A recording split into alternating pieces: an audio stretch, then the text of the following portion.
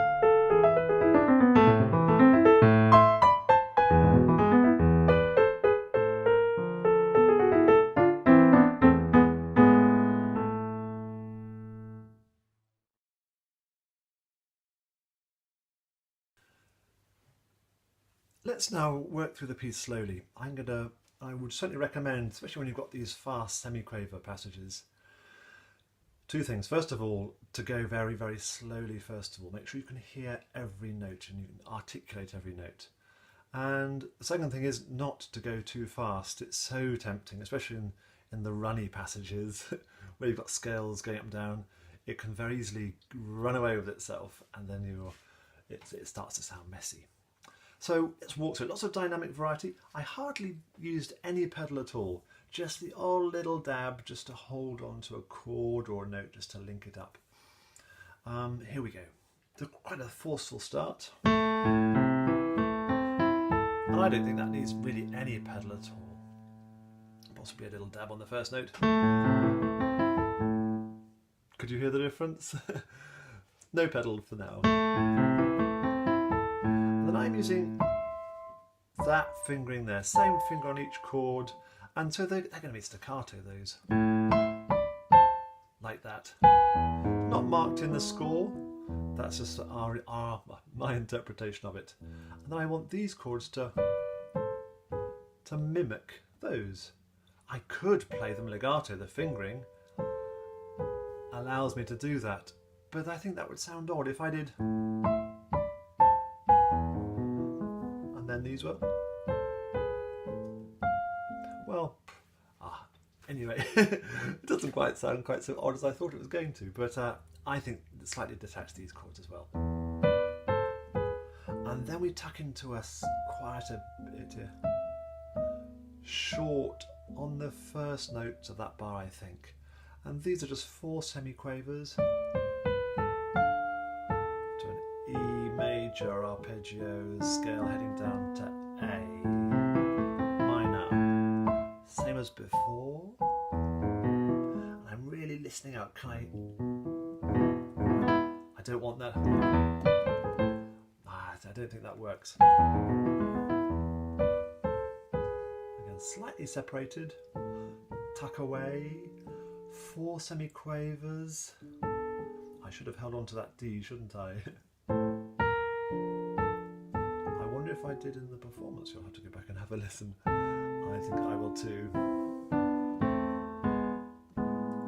That fingering works really well. What's in the book in front of me? 4-2, and then at the start of the bar, over the top, repeat that one. And there's the A section. And then we have this middle bit. And I think this needs to be much more delicate. It's always difficult. We've got to repeat those C's, haven't we? Left hand, then right hand. The fingering marches, 5 then 1. I think I did 2, just jump with my second finger. Again. I'm trying to bring out that little snippet of melody in the left hand. I don't want it to be too garbled. I need to practice it for a start, but much better to have clear articulation, I think. And you've got to know where you're going, of course. On this scale, don't let it run away. And hold on to the bass notes with your left hand. So we're now in C major. We've gone to the relative major, haven't we? So the opening idea, slightly short those chords.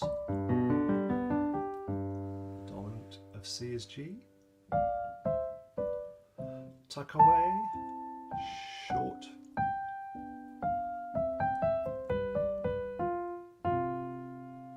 That's quite tricky to repeat that F once it's going at the right speed.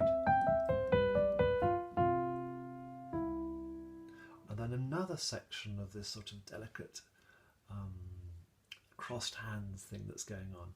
And I think because we've got a C sharp in the right hand, the left needs to come underneath for this bit.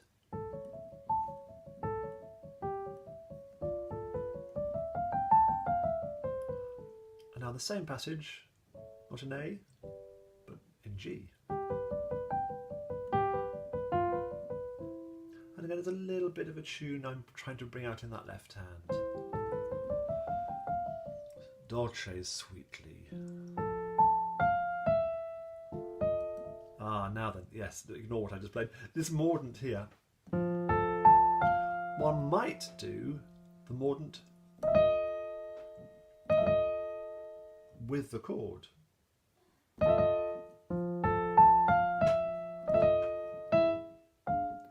But the AB edition suggests that we leave the movement until we've played the chord.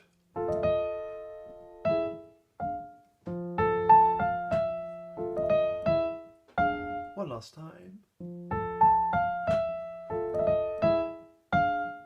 And those chords in bar 43, both staccato, slightly short, not aggressive, but certainly a bit more punch. I'm almost double dotting that, aren't I? Da da da da. I'm making the rhythm very dynamic.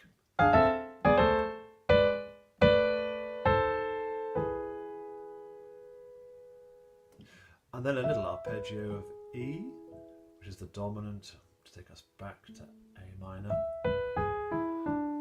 to go through that first section again.